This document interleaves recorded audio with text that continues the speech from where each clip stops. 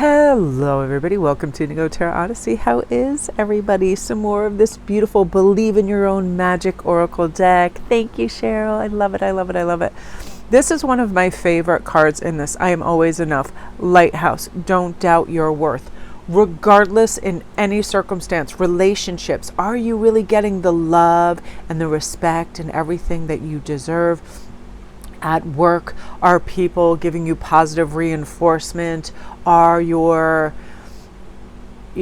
vacations long enough? Are you getting the things that a lot of people are very reticent to ask for, raises, things of that nature? Oftentimes artists and people in the beginning processes of their own businesses, they really don't understand like price points and like why can somebody paint a yellow square and it's worth $20,000, and why can you spend hours and hours on a tapestry and yet people are like, oh, I'll give you $40 for that. You know what I mean? That it's like one of those things where, remember, time is a resource that is very valuable. So how much time you put into something, whether it is a script, whether it is a piece of jewelry, whether it is something that you wrote, it doesn't matter.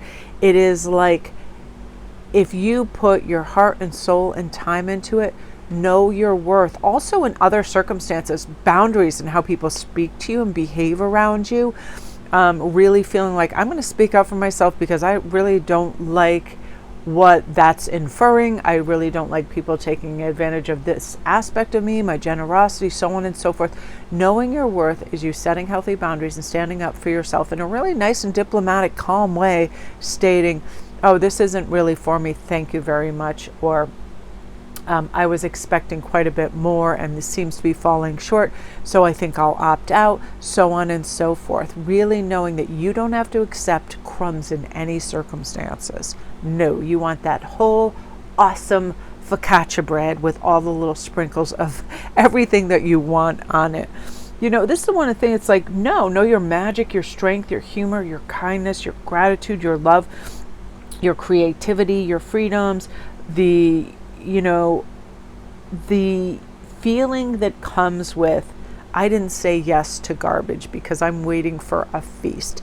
That kind of beautiful energy that when we pause and we really think about it, it's like we know that we are worth this. It's like, I always try to implement gratitude before everything too, that shows, listen, when I really took my time and I did something, I had value for my work and myself. I didn't feel like I had to cut corners, rush, or anything of that nature.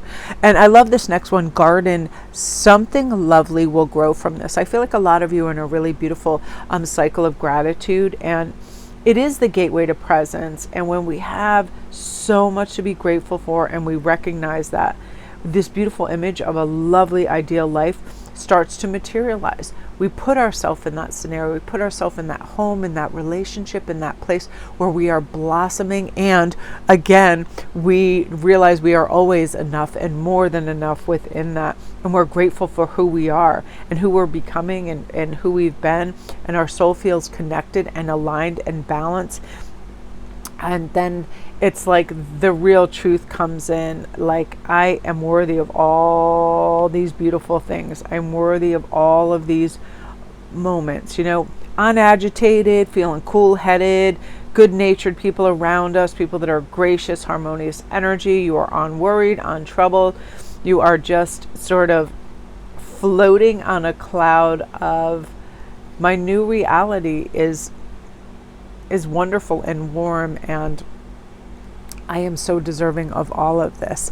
And we also have to realize that sometimes when we have trials and tribulations, it's one of those things we have to kind of, dig up the soil. That's sort of the shadow work, right? Dig up the soil and really look deep into something before we can plant those seeds and grow those really healthy rewards. And so whether it is taking a little time out from somebody, getting ready to go to a new job, whatever it is, something really wonderful is going to come from this. And oftentimes when we look through that lens, that's exactly what materializes for us. And also, we're not in the lower depths of those vibrations of fear, worry, and all those things that come sometimes with change and with growth. Instead, it's like optimism and joy, like I did this for myself, I value myself, so I'm going to till this new soil and see, have a little bit of shade so everything can grow and not get overheated. Like a really relaxed atmosphere within your new growth cycle of I do deserve to grow and learn more about myself and other people in the world, and just really be fearless about this and be like, I'm going for it. Which brings us to mural, be your own first priority. I was thinking of this yesterday.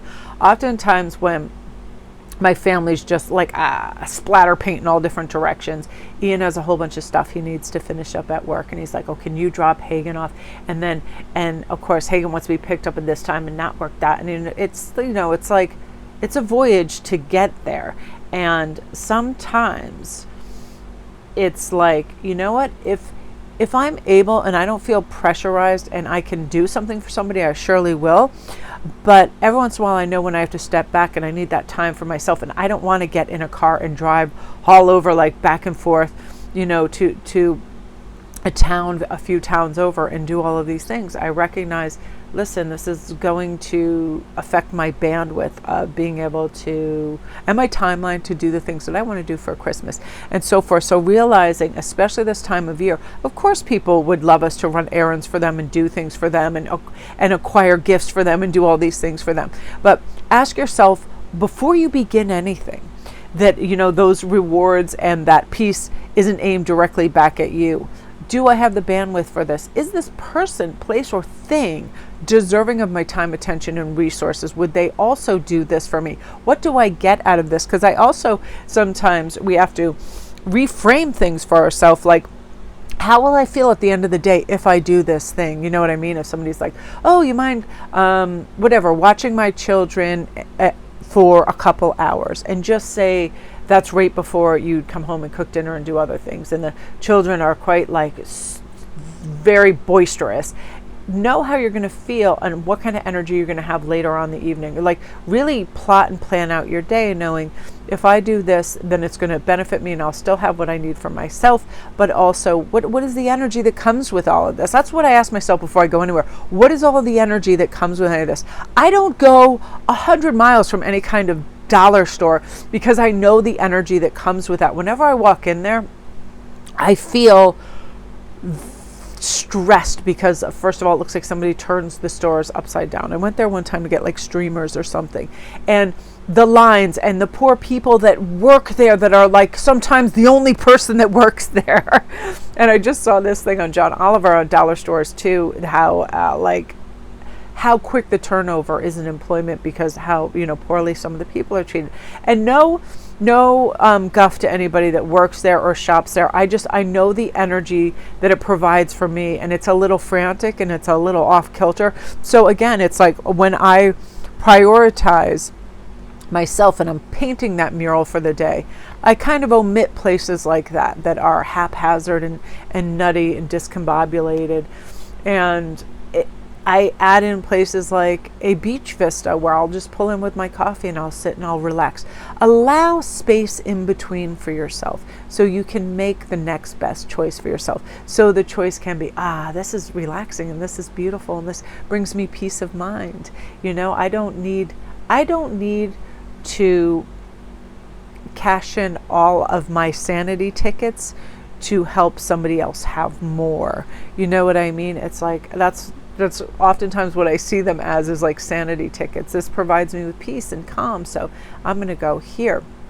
This is a little like tilt-a-whirl and nutty. No thank you. Long lines? No, because of the energy of other people that are standing in the lines, the hemming and the hawing and all of that. Like, I'm not going near a post office till after Christmas. There's just no way. All of those things.